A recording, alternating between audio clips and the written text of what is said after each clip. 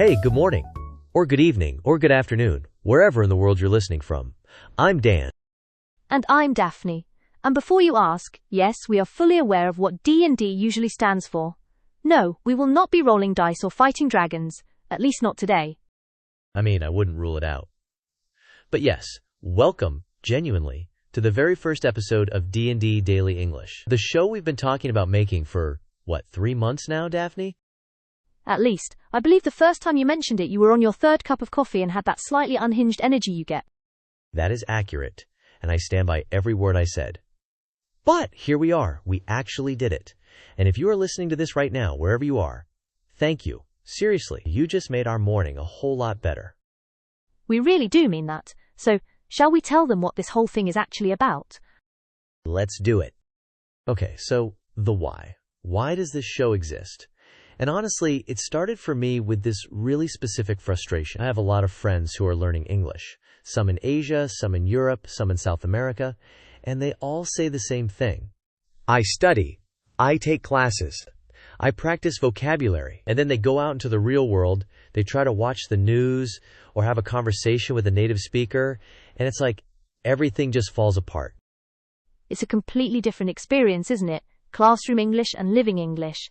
They're not the same language, practically speaking. Exactly. And I kept thinking, what if there was something you could just listen to? Something that didn't feel like studying, but was actually building your skills the whole time? And then I thought about commuting. Here we go. Hear me out. How long is your commute? For a lot of people, it's 20 minutes, 30, maybe an hour each way. That's, if you do the math, potentially 10 or more hours a week, just sitting there. On a train, on a bus, stuck in traffic. That's dead time, right? It genuinely is. I used to spend my commute scrolling mindlessly through my phone, half asleep, achieving absolutely nothing. And what if you could flip that? What if that exact same half asleep, on the train time, became the thing that actually pushed your English forward? Not because you're drilling flashcards, but because you're just listening to two people talking about real things. Which is, when you frame it that way, rather compelling. The idea that you can transform what is essentially wasted time into something genuinely productive, without it feeling like a chore, that was what got me on board. And you were a tough sell, Daphne. Let the record show. I have standards, Dan. That's all. So let's talk about how we plan to do this, because I think that's where it gets interesting. The format is deliberately conversational. What you're hearing right now, this back and forth, this is essentially what every episode will feel like. Right, and the content will always be anchored in something real. Current events, things happening in the news, stuff going on in daily life, not because we're trying to make a news show, but because that's where real language lives. Precisely. When you read a news article or watch a report, you encounter vocabulary that you simply won't find in a textbook. Phrases like, the negotiations have stalled, or officials are bracing for the impact, or the company pivoted its strategy mid-quarter. These are the expressions that actually come up in meetings, in articles, in conversation. And we'll naturally explain things as we go. Not in a, stop, here's your vocabulary lesson kind of way.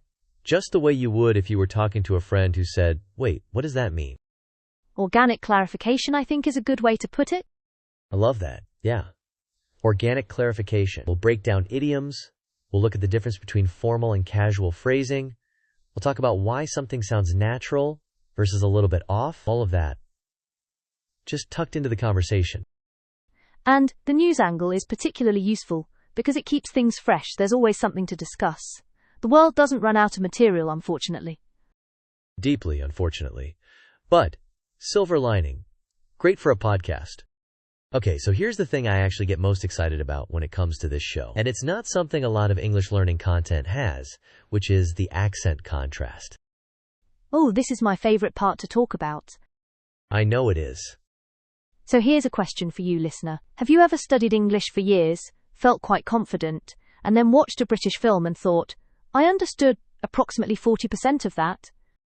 Or watched an American movie and thought, why are they talking so fast? Why are they swallowing half the syllables? Both are completely valid experiences, and the reason is that American English and British English, while they share grammar and core vocabulary, are genuinely distinct in rhythm, in intonation in the words they choose. And if you've only ever trained your ear on one, the other can feel almost like a separate language. Classic example, and Daphne loves this one. Trousers. Trousers versus pants. In British English, trousers are what you wear on your legs. Pants, well, pants are your underwear. So when an American says, "I love your pants," it is, to a British person, a deeply alarming compliment. Deeply alarming, and that's funny, but it's also a really real thing. These kinds of vocabulary differences, or differences in how we say a word, or the level of formality we default to, they come up constantly, and having both of us here means your brain is constantly being exposed to both. Every episode, you're training your ear across two distinct varieties of English. Which is, genuinely, the best possible preparation for the real world. Because out there, in a business meeting, at an international conference, watching films or reading articles, you will encounter both. You need to understand both. And we'll point out the differences as they come up naturally. We're not going to make a big deal of it every time, but we will flag it. Hey, I'd say elevator, Daphne would say lift, that kind of thing. Just woven in. Effortlessly woven in? Are you saying I'm not effortless? I'm saying I'm effortless. You're enthusiastic, it's different, but it works. Okay, we're coming up on the end of this first episode, which honestly flew by. But before we go, we really want to take a second and talk to you, the person listening. If you've made it this far, first of all, thank you. It genuinely means a great deal. We've put a lot of thought into what this show should be, and knowing that someone out there is actually on the other end of it is, well, it's rather wonderful. We want this to grow into something that's actually useful for you, like not just entertaining, but something where you finish an episode and feel like your English is a little sharper, your listening is a little more tuned in. So please, subscribe. Whether you're on Spotify, Apple Podcasts, YouTube, wherever you found us, hit that subscribe button so you don't miss an episode.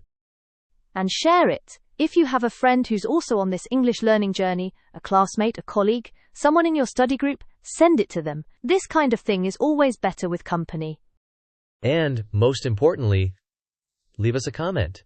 Tell us where you're listening from. Tell us what you want to hear about. Tell us if there's a topic, an accent thing, a type of vocabulary, a kind of news story that you'd really like us to cover. This is a conversation, not a lecture. We genuinely want to hear from you. We're building this together, in a sense. Your feedback shapes what this becomes. All right, that's a wrap on episode 0 of D&D Daily English. I'm Dan. I'm Daphne. And we will see you, or, well, you'll hear us, on the next one. Have an amazing commute. Take care of yourselves. And do please get some decent coffee before you board the train. Words to live by. See you next time.